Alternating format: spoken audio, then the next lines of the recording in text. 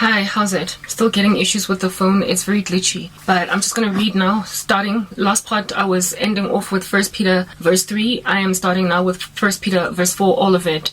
I wanted to read only from verse 12, but I'm just going to read all of it. 1 Peter verse 4. Since, therefore, Christ suffered in the flesh, arm yourselves in the same way of thinking. For whoever has suffered in the flesh has ceased from sin, so as to live for the rest of the time in the flesh, no longer for human passions, but for the will of God. Human passions, of which are what it is that lead people into compromising sexually, compromising materially, compromising morally, in order to just get ahead. When you have suffered in the flesh, you stop longing so desperately for the things of this world that you will do anything to get them. And that is the reason why a whole bunch of people are wreaking havoc in my life right now. They kind of covet, envy, are jealous over the fact that I've waited for God when they capitulated to darkness, to witchcraft, to sorcery, all of these things, to fornications. And now you are trying to get whatever remnant of years I might have left as a human being to live. You're trying to take even those away. Far be it from God to leave me in this spectacle where I am just being watched by a bunch of witches that are trying to get away with this and finish it off. Far be it from him to allow them to gloat over his child. Far be it. Since therefore Christ suffered in the flesh, arm yourselves in the same way of thinking. For whoever has suffered in the flesh has ceased from sin, so as to live for the rest of the time in the flesh, no longer for human passions, but for the will of God. For the time that is past suffices for doing what the Gentiles want to do, living in sensuality, passions, drunkenness, orgies, drinking parties, and lawless idolatry. Sound familiar? With respect to this, they are surprised, okay? With respect to this, they are surprised when you do not join them in the same flood of debauchery, and they malign you.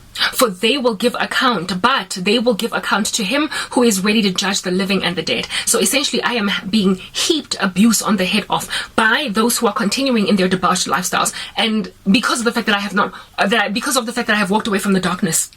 And they revile me, they malign me, and they heap abuse on my head because I am not doing what it is that they are so readily and easily, happily accustomed to doing. But give up to him who is ready to judge and the dead. For this is why the gospel was preached to those who are dead, that though judged in the flesh, the way people are, they might live in the spirit, thank you, the way that God does. The end of all things is at hand. Therefore, be self-controlled. Thank you. Like, the end of all things is at hand. Like, my phone is giving me problems. I don't know why I'm freezing. Oh my goodness. Like, I really don't want to struggle with this phone anymore, because now it's freezing and I feel as if though it's just going to keep doing that. Since I'm getting pressurized in the house to go wash dishes, let me wash them and I'll come back and I'll finish this message. Since we are fasting, there's no rush. No, but oh goodness, now there's no freezing anymore. I just want to finish this, but now there's a freezing again. I'll come back. Hi guys, how's it? Oh goodness, like I had to transfer all my content, delete stuff off my phone, and then come back to just re-record what it is that I'm now saying. And so I lost all of that energy that I had just sitting around waiting for stuff to happen. You know, this power cut crisis in this country is the reason why I didn't manage to move my content, whatever. Before it happened, I tried before the power got cut, but to no avail. Let's just move on to read. I'm gonna literally start again from 1 Peter verse 4. Hopefully you will stay with me despite me not having any more energy. Okay. Since therefore Christ suffered in the flesh, this is 1 Peter 4, arm yourselves with the same way of thinking. For whoever has suffered in the flesh has ceased from sin. I spoke about, has ceased from sin, so as to live for the rest of the time in the flesh, no longer for human passions, but for the will of God. And when I was expanding on this in my previous part, I spoke the one that was all glitchy, so I'm just repeating it lest the sound should also be messed up, because I noticed the visual is messed up, so maybe the audio might be messed up too, so I'm just repeating for the sake of making sure type thing. I was speaking about how it is that I was in the world and then I got out of the world. The passions of this world were gradually then extracted out of me, and so I stopped loving them the way that I used to. So I ceased from sin. The flesh was essentially buried in the ground. Following having done that, people then saw it fit to, in order to get me to retract my passion for Christ, literally drain out of my life basic needs, so that I might, out of the passion of wanting to get, things for myself, would then sin against God, whatever it takes, in whatever capacity, whatever I do, it doesn't matter. Lie on your CV, sleep with a man, bribe somebody, like it doesn't matter, just as long as you sin to get what you used to have, do it. Understand that I did not acquire anything except maybe my driver's license. I will admit that. I cheated in getting my driver's license because I was sick and tired of failing the driver's test. I have confessed that in my videos before. I was a kid, and for me it was like, I want to drive. Like, you're literally not going to put me through trash to get me to drive. Other than my driver's license, I have never in my life done any kind of shady deal, underhanded, shoddy practice to get anything that I wanted in this world.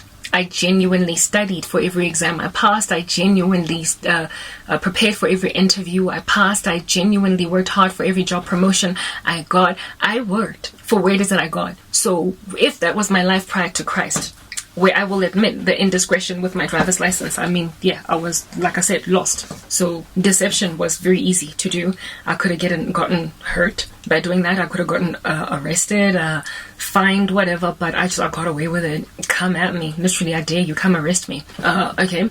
If prior to my redemption, I was a better person, if prior to my redemption, I was holier, essentially, what in the world am I doing thinking that I'm born again when I am more wicked as a Christian? What am I doing? People, after getting born again, I understand they were led by spirits, but the same people are deliberately today watching me suffer languish in all of the emptiness of their souls. They have no joy in life, and because of the fact that they extracted joy out of their life by taking Christ out of it, they want me to do things that I didn't even do when I was lost. They want me to sleep with a man to get ahead. They want me to bribe, or not bribe, I don't have money to bribe, but some kind of unsavory practice. They want me to be dishonest, lie on my CV, like things that I just never did when I was in the world. I worked hard and I got to where it is that I got.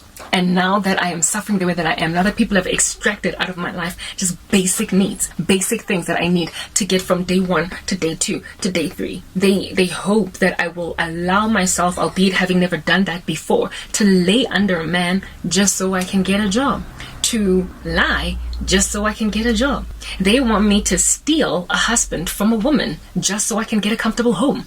They, like, literally things that I never did, they want me to do them after professing Christ. Do you seriously want me or expect me to accept blaspheming the Holy Spirit now that you have? To understand myself as one who has tasted the things to come of the age to come of heaven, and then go back like a dog to its vomit, or a pig to the mire, to the sin that I come from? How in the world am I ever going to justify being more wicked after turning to Christ than I was even when I was lost in this world? I was not an excellent woman prior to me coming to Jesus Christ, but I was, according to the standards of this world, somewhat of a good girl. And you want me to become the kind of person that even people of the earth that are hypocrites and have got, what is this, self-righteousness and are sanctimonious. You want me to be in the eyes of such people as those, to be regarded by them as, that chick is a bad chick, that's a bad girl, she's an immoral woman. Like, when people of the world think you're immoral, then you know you're immoral. When in Christ you are considered immoral by people of the world, then you know you're immoral, because people in the world have got a self-fulfilling prophecy of their own righteousness. They look at a person and they say they're good based on the fact that they give to charity, they don't cheat on exams in school, they this and that. They don't look at you as wicked when you fornicate. They don't look at you as wicked when you what is this, like speak badly about a friend of yours, or like gossip about them just because they broke your heart or whatever. There are standards of this world that get you given a go-ahead as one of those really great girls. I get you're a good girl, I get you're a good guy, but according to Christ, any sin at all makes you a wicked woman, or man. But then if you're gonna go and walk in that darkness that the world considers darkness, like when you start to become an adulteress, the kind of woman to take another woman's husband, the kind of woman to sleep with a man to get ahead, the kind of woman to, like I said, cheat, lie your way through life, seduce, manipulate. When you become that girl, even people of the world think that you are wicked. And believe it or not, there are human beings around my life and who knew me, who are eaten away by the maggot of the sorcery that they engaged in, that want me to become, even according to the standards of this world, just a dark woman. What kind of blasphemy is that? So Thanks then to redemption, I have found myself now no longer taken by the passions of this world, and I now live for Christ, for I have died to sin. And what has done that for me is suffering, as indeed it is written in 1 Peter 4. Since therefore Christ suffered in the flesh, arm yourselves in the same way of thinking. For whoever has suffered in the flesh has ceased from sin, so as to live for the rest of the time in the flesh, no longer for human passions, but for the will of God. So essentially when we get circumcised, when we get born again in Jesus Christ, all the things of this world that we acquired prior to our redemption, they lose their glare. They lose their spectacularity. The things of this world are no longer a motivator. If you go and study the theory of motivation, you will understand what I'm talking about. They're no longer a motivator for you to do things. So women get motivated to sleep with men they're not attracted to because of money. People get motivated to do things that they've never done before, to acquire assets, to get cars, to get jobs, to get promotions, and all that jazz. Now, those motivators for people on the earth lose their glare, their spunk, and their shine, and their glory when you get born again. For the Lord makes out of you a new creation. So you literally die to sin, meaning you can no longer dangle the carrot of a BMW or the carrot of a strong career, a promotion in the workplace to a Christian successfully and get them to sin against God, if that all the Lord has truly called them to be their disciple. So those who are afflicting me in this way are doing so literally trying to get me to give value back to that which I stopped seeing as all that glitters. I recognized when I came to Christ that it's no longer gold. And it's